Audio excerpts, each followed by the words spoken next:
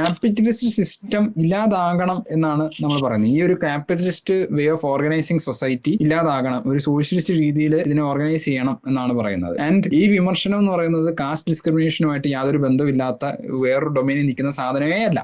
It is very much connected. നിങ്ങൾ മനസ്സിലാക്കേണ്ട കാര്യം എന്ന് പറയുന്നത്, ഈ ഇന്ത്യയിലുള്ള ഈ ക്യാപിറ്റൽ ഓണിംഗ് ക്ലാസ് എന്ന് പറയുന്നത് ഈ അപ്പർ കാസ്റ്റ് ഹിന്ദു വിഭാഗത്തിൽ നിന്നുള്ള ആൾക്കാരാണ് ഭൂരിപക്ഷവും. അവരവരുടെ അധികാരം നിലനിർത്താൻ വേണ്ടി ഉപയോഗിക്കുന്ന രാഷ്ട്രീയങ്ങളാണ് ഈ ആന്റി കാസ്റ്റ് ഹിന്ദുത്വ പൊളിറ്റിക്സ് എന്നൊക്കെ പറയുന്നത്. അവര് ടാർഗറ്റ് ചെയ്യാൻ നോക്കുന്നത് ഇപ്പം മുസ്ലിങ്ങള്, ദളിത് എന്നൊക്കെ പറയുന്നത് ഈ അധികാര കേന്ദ്രങ്ങളുമായി ബന്ധമില്ലാത്ത വിഭാഗങ്ങളാണ്. പൊളിറ്റിക്കൽ ആൻഡ് എക്കണോമിക് പവറിൽ നിന്ന് എക്സ്ക്ലൂഡഡ് ആയി നിൽക്കുന്ന വിഭാഗങ്ങളാണ്. അവരെ എക്സ്ക്ലൂഡ് ചെയ്ത് നിർത്താനായിട്ടുള്ളൊരു ശ്രമമാണ് ഇവരുടെ ഈ പല രാഷ്ട്രീയങ്ങൾ എന്ന് പറയുന്നത്. അതാണ് ഇവിടെ മനസ്സിലാക്കേണ്ട കാര്യം. ഈ ഒരു വ്യവസ്ഥ ഇല്ലാതായിട്ടില്ല എന്നുണ്ടെങ്കിൽ ഇവിടെ കാസ്റ്റ് ലിബറേഷൻ സാധ്യമല്ലെന്നുള്ളതാണ് മനസ്സിലാക്കേണ്ടത്. ഇപ്പം പലരും പറഞ്ഞു കഴിഞ്ഞാൽ ഒരു ദളിതനെ നമ്മൾ ബിൽഡ് ചെയ്ത് അയാളെ ഒരു ക്യാപിറ്റൽ ഓണിംഗ് ക്ലാസ്സിലേക്ക് കയറ്റി കഴിഞ്ഞാൽ അവിടെ കാസ്റ്റ് ഡിസ്ക്രിമിനേഷൻ ഒരു പരിഹാരമാകും എന്നുള്ള രീതിയിലാണ് പറയുന്നത് തെറ്റിദ്ധരിച്ചിരിക്കുന്നത്. അതൊരു തെറ്റിദ്ധാരണയാണ്. കാര്യം വെച്ച് കഴിഞ്ഞാൽ ഇപ്പൊ ഈ ദളിതൻ ഒരു ക്യാപിറ്റൽ ഓണിംഗ് ക്ലാസ്സിലേക്ക് വന്ന ഒരു മുതലാളി ആയി കഴിഞ്ഞാൽ അവന് ബാക്കിയുള്ള ദളിതരെ എല്ലാം ലിബറേറ്റ് ചെയ്ത് ഉയർത്തിക്കൊണ്ട് വരാനായിട്ട് പറ്റത്തില്ല. കാര്യം അങ്ങനെ ചെയ്തു കഴിഞ്ഞാൽ പിന്നെ ഈ തൊഴിലാളികൾ ആരും കാണത്തില്ല. വർക്ക് ചെയ്യാനായിട്ട് തൊഴിലാളികൾ ഉണ്ടെങ്കിൽ ഈ സിസ്റ്റം വർക്ക് ചെയ്യുള്ളൂ. സിസ്റ്റം വർക്ക് ചെയ്യണമെങ്കിൽ there has to be